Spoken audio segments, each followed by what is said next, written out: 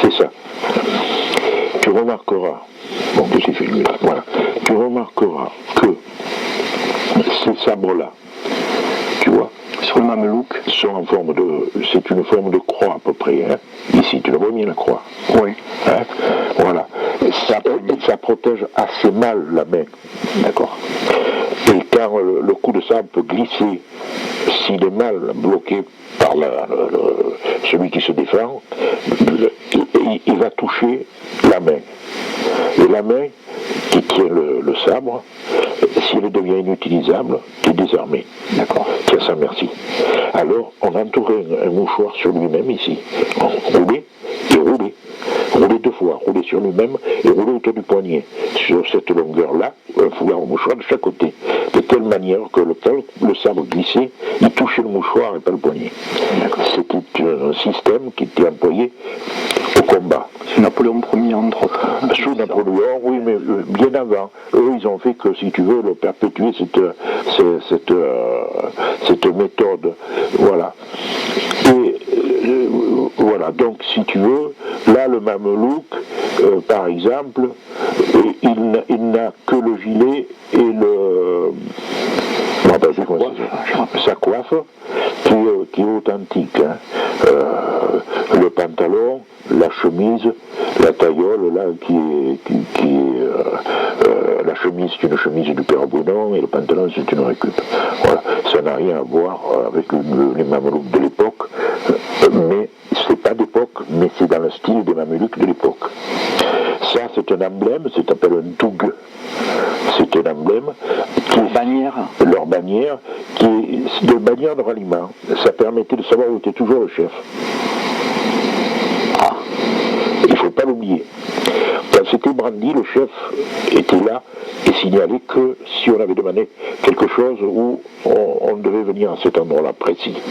C'était pas fait pour la déco, c'était aussi fait pour la déco bien entendu, mais c'était surtout utilitaire. Hein. Alors, pour les mamelouks. Pour les mamelouks. Et le toug était entouré et tressé avec des crênes de chevaux. C'est pour ça qu'en haut, la boule là, elle est toujours en cuivre, très brillante pour qu'on la voit bien de loin. Et au reflet du soleil, on la voit de loin. Donc, ça serait plus ou moins d'origine turque ou balkanique, ce système d'emblème et de ralliement. Un mamelouk, est-ce que c'est un soldat caucasien? C'est un mercenaire qui peut venir de n'importe quelle région des Balkans, du Caucase ou d'Orient. C'est quelqu'un qui se vend, qui vend sa vie. Donc, un grand seigneur ou un truc comme ça, et en échange, il donne sa vie, en échange, il a le bien-être financier, tout ce que tu veux. Les mamelouks étaient choyés, hein, ils n'étaient pas considérés comme des supplétifs.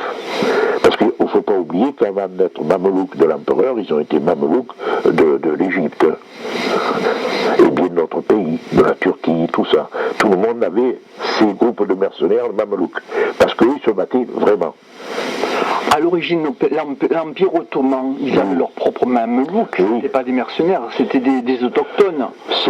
Non, l'Ottoman, le pays ottoman, ça représentait, je ne sais plus combien de nationalités, ça tout une nationalité, de toute origine. Ça allait de la Hongrie à la Palestine, si tu veux, en gros. Donc là-dedans, il y avait des nationalités différentes, des langues différentes, jusqu'à des religions différentes. Les janissaires turcs, qui parfois commandaient des mamelouks, n'étaient pas forcément musulmans. Mais ils pouvaient porter l'habit des vêtements musulmans. Il ne faut pas oublier que la Turquie, elle a été chrétienne très très longtemps. Les plus belles églises anciennes sont en Turquie. Hein, les églises troglodytes, tout ça. Tu vois? Donc c'est, si tu veux, tu t'es engagé là-dedans comme un ordre militaire en quelque sorte. Et tu avec ses règles, c'est une cavalerie de soldats qui faisaient des coups de poing, des actions, qui attaquaient sur le flanc l'ennemi, qui pouvaient aller, je veux dire, très rapide, efficace. Cavalier mérite. Voilà. Donc, on ne pouvait pas être mamelouk n'importe qui, en fin de compte. Et là, le fait d'avoir représenté le mamelouk et le combattant d'Égypte avec une photo derrière de l'Égypte, c'est bien, de rendre l'ambiance, tu vois, parce que il faut pas oublier, les Mamelouks ont été d'abord au service de l'Égypte. Quand l'Égypte a été battue, Napoléon les a persuadés de rentrer dans l'armée impériale, ce qu'ils ont fait. Les Mamelouks ont suivi Napoléon partout, vraiment, même en Europe, ils ont sacrifié leur vie pour lui, quoi. Et des gens, si tu veux, qui n'avaient rien à voir, qui étaient musulmans, qui étaient totalement différents de nous à l'époque, où on était profondément chrétiens. Mais eux, non. Ils étaient choyés par la population, ils ont été quand même des gens qui sont morts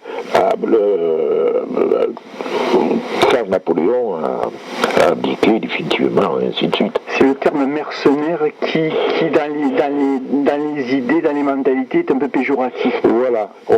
C'était des soldats qui se louaient, qui se vendaient à divers pays. Bon, les derniers ont été les Mamelouks de l'Empire. Voilà. Et certains, le dernier des Mamelouks, il est mort assez vieux d'ailleurs. Assez vieux, je crois. Pour l'époque, 60 ans, je crois, ou un truc comme ça. Il est mort à Paris. Ou je sais plus où. Ça, tu dois pas. Dernier Mamelouk ? Oui. Ça, je sais pas, Robert. Je crois qu'il est mort à Paris. Oui. D'accord.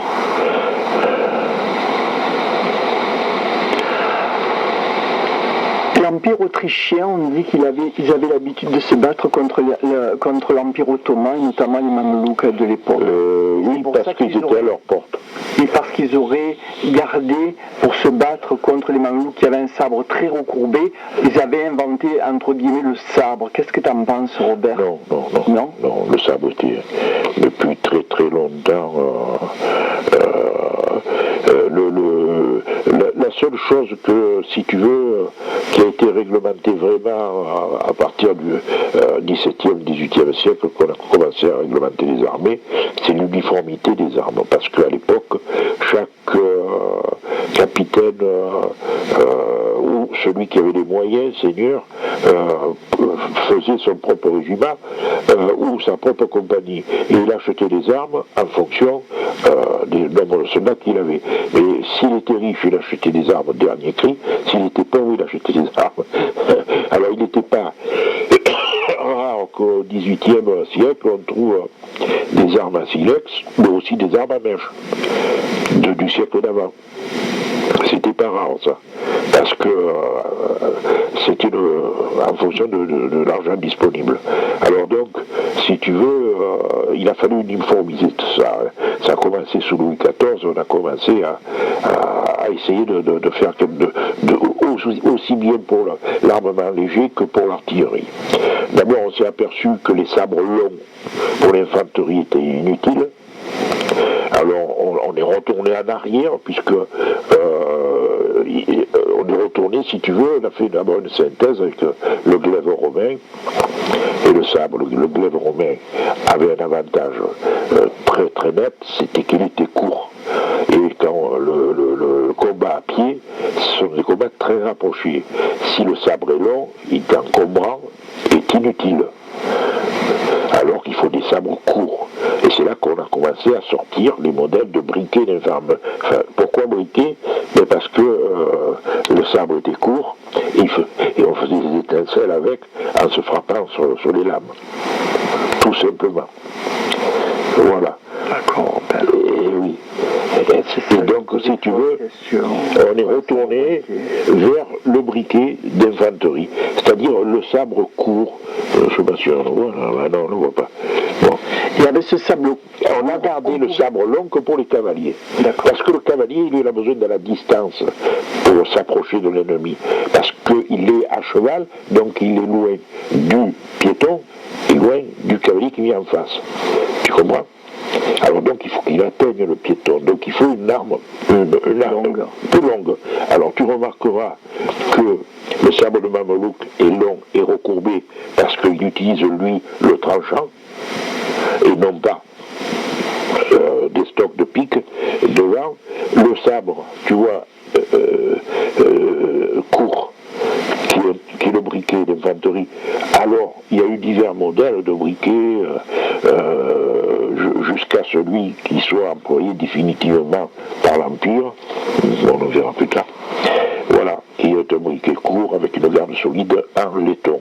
Et ce sabre briquet, ça servait aussi à couper du bois pour faire à la cuisine? Non. Du feu? Pas vraiment. Pas Des fagots pour détourner des cours d'eau? Non, on avait... De rien? Non, on avait... ça, c'est la légende. Le sabre briquet ne servait pas à ça, parce que c'était la vie de celui qui le détenait qui était en jeu. Il ne fallait pas que l'arme soit détériorée.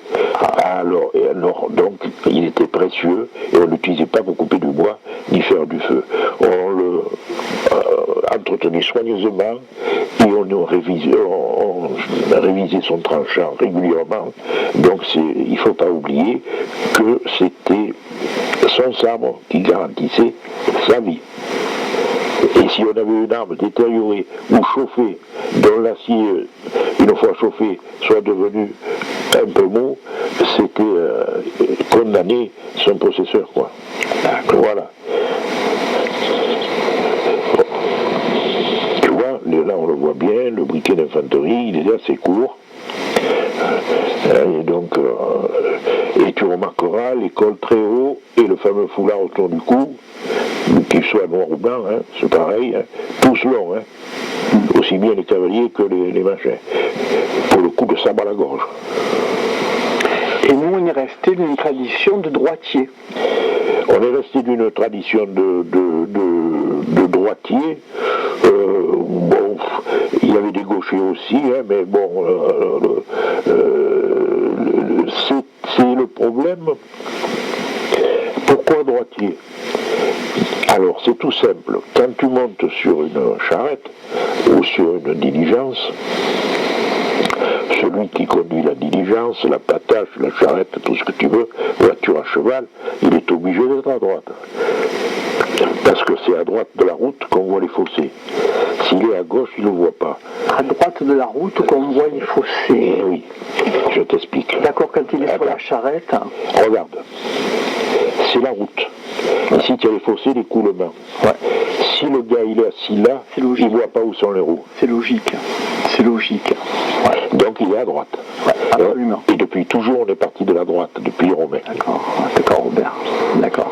Celui qui est sur la charrette, sur le siège en haut, il faut qu'il soit à droite pour voir s'il ne tombe pas dans le ravin, qu'il ne tombe pas dans le fossé, effectivement, qu'il reste sur la route. Oui, c'est une question toute simple, quoi. Voilà. Alors,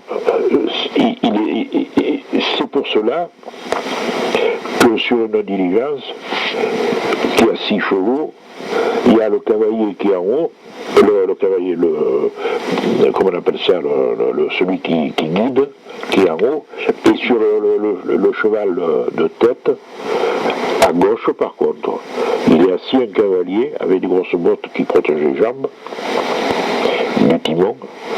Hein. Pourquoi? Parce que lui, il a un bâton à la main, un esprit comme ça, qui est en général toujours glissé dans sa botte, et qui fait signe avec le bâton, comme ça, parce que lui, il voit s'il y a des trous au milieu de la route. Ah d'accord, avec un code, soit vertical, soit horizontal. Voilà. Il est à gauche, il est à droite, il est au centre. D'accord. C'est tout bête. Et pourquoi il y a toujours un cavalier au bout de 6, quand il y a 4 chevaux ou 6 chevaux devant? Parce que le gars, il y a les chevaux devant. Oui, non, c'est tombé. Sinon, ça ne sort plus. Il y a les chevaux devant. Il ne voit pas le sol. Ouais. Comme il ne voit pas le bord. D'accord. Et là, il prévoit s'il voit des trous dans la route, et il fait avertit signe. ou... C'était pas goudronné comme aujourd'hui, c'était pas nickel. Il y avait des trous, des nids de poules, des machins, un con il avait mis un gros rocher au milieu, voilà quoi, hein, c'est... Ben voilà, tu vois, il a semé ça. Alors ça c'est le cellier. C'est vrai que je n'ai pas dit les... Bon, enfin, il n'y a pas... Les salles des armes à feu françaises. Voilà, ça c'est le cellier. Alors il faut savoir que cette porte n'existe pas là, hein, parce qu'au bout c'est la prison, et on ne communiquait pas du cellier à la prison. Ok. Ici, sur le côté là, il y avait une cheminée qui permettait de chauffer en hiver le cellier pour pas que les pommes de terre gèlent par exemple.